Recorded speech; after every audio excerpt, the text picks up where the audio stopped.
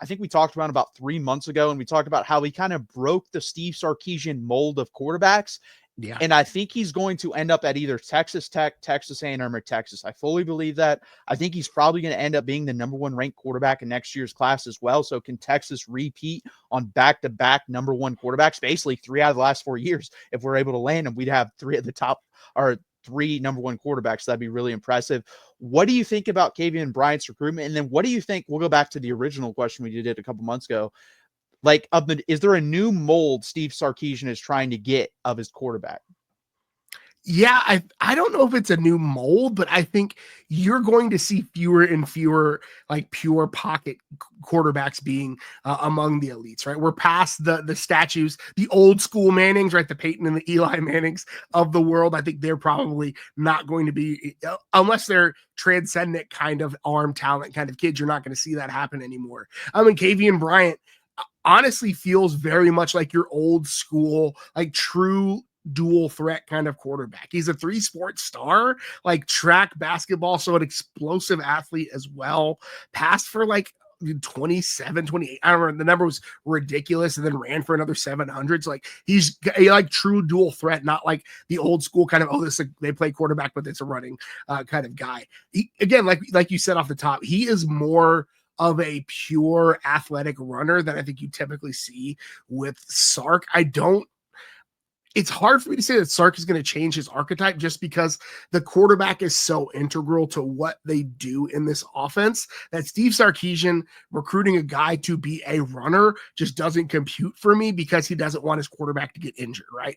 And the easiest way for a quarterback to get injured is running an option player, kind of putting yourself out there. And so I don't necessarily think Sarkisian is changing his archetype. I just think you've got a guy like Kavian Bryant who can be a pocket operator because you've seen him do it well. Go watch his sophomore tape. Dude has a cannon and dude can read the defense and make really incredible throws. But he's also got elite feet on him. And so I don't know if it's like a changing of it.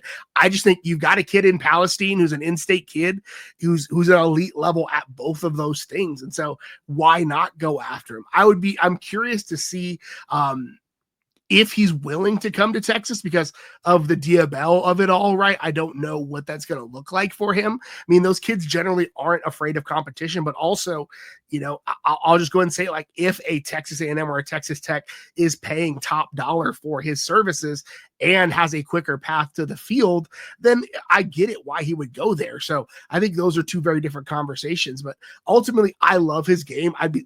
He's the kind of kid that like I drool over at quarterback. I love his game. He's an elite kind of kid, but him coming to Texas, I think I would probably put Texas third in that pecking order just simply because of the Diabell of it all. I think that's probably the thing in the back of my mind. No, I agree. Like, it's hard for me to imagine he skips over Diabell. I think Diabell's really good. I actually think Diabell will probably, when Arch is done, and will probably end up being the starter here. But I think he could be next in line. Like, this guy's super talented, super athletic. He's a really good basketball player as well. He actually spoke to Sean Miller, so I think there's a possibility he could play both. And if he wants to do that, like if his heart is set on that, I'm just going to let people know, whoever offers him that, because that's going to be rare. Not many schools are going to say you can do both. That's probably where he ends up going. And I'm going to be honest with you, I think that kind of favors Texas Tech because that kind of smells of, damn, we really need this kid. Yeah, let's let him play basketball as well. And he'd be a really good get. Like, I'm not hating. He's a really, really good football player. Yeah. And true dual threat, in my opinion, super athletic guy, can do it all. His throwing motion's a little bit weird, but nothing that can't be fixed. But a super talented kid, and he's in a family full of athletes. Like, all of his parents both played, I believe, collegiate sports, and then he has like 2 brothers that are already being recruited. One's in 8th grade.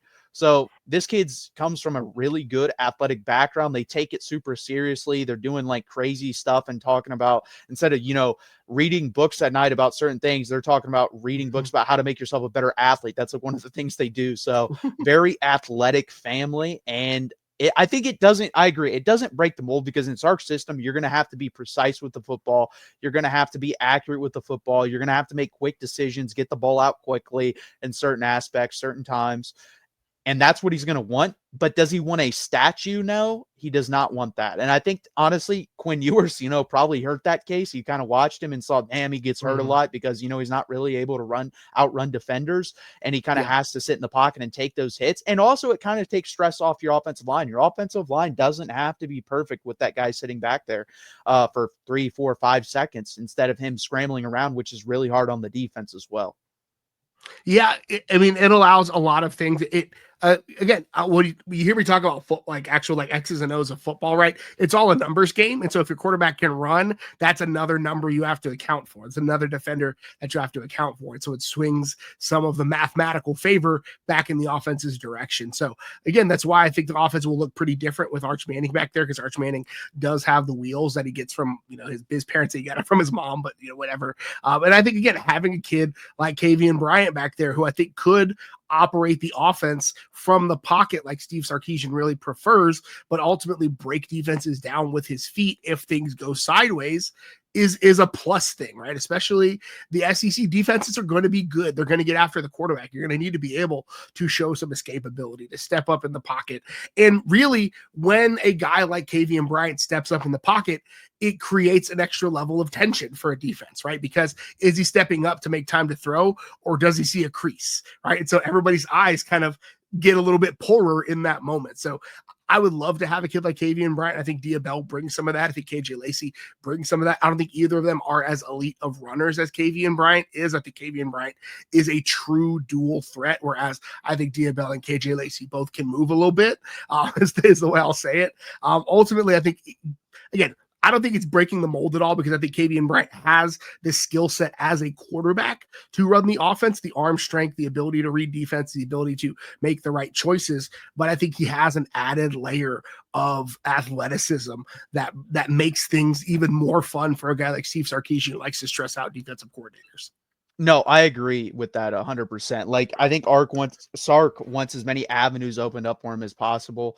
Especially in this day and age and the way football's played. So I completely agree with that. And it's going to be interesting. Like I said, Texas wants this done early with their quarterback. We've seen that under Steve Sarkisian. Usually it's like one of the first 2 to 3 kids in the class. We got Diabell super early. He sticks with us. And I think that's the thing too. They give a pretty big offer right away because they want that thing done.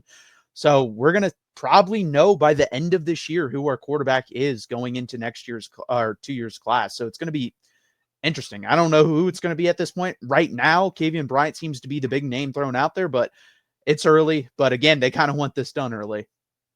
Yeah, and you got to, when you have an in-state kid like that at a school like Palestine, or a school, it's not from, he lives in Palestine, he's at Westwood, so don't get at me in the comments. I know he's at Westwood, it's in Palestine. All right, when you have a kid like that in state, you have to prioritize it. You have to show that the high school coaches in the state, as much as recruiting is national and as much as Texas is a national recruiting brand, you have to make your bread and butter in the Lone Star State. So when you have an elite kid like that, you have to show the proper amount of attention to that level of player. And so I think they'll be serious in the Kavian Bryant business.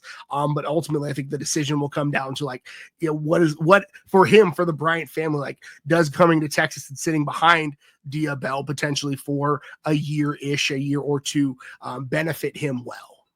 Yeah, 100%. And that's the thing too. It's all about waiting. I think Diabell's fine with waiting, and I think that's because of who his dad is. I think Arch Manning was fine with waiting because of who his family is. Kavian Bryant's family didn't play professional sports. So they may not be in that mindset. So we'll have to see. This has been the 61st edition of Texas Longhorns Live.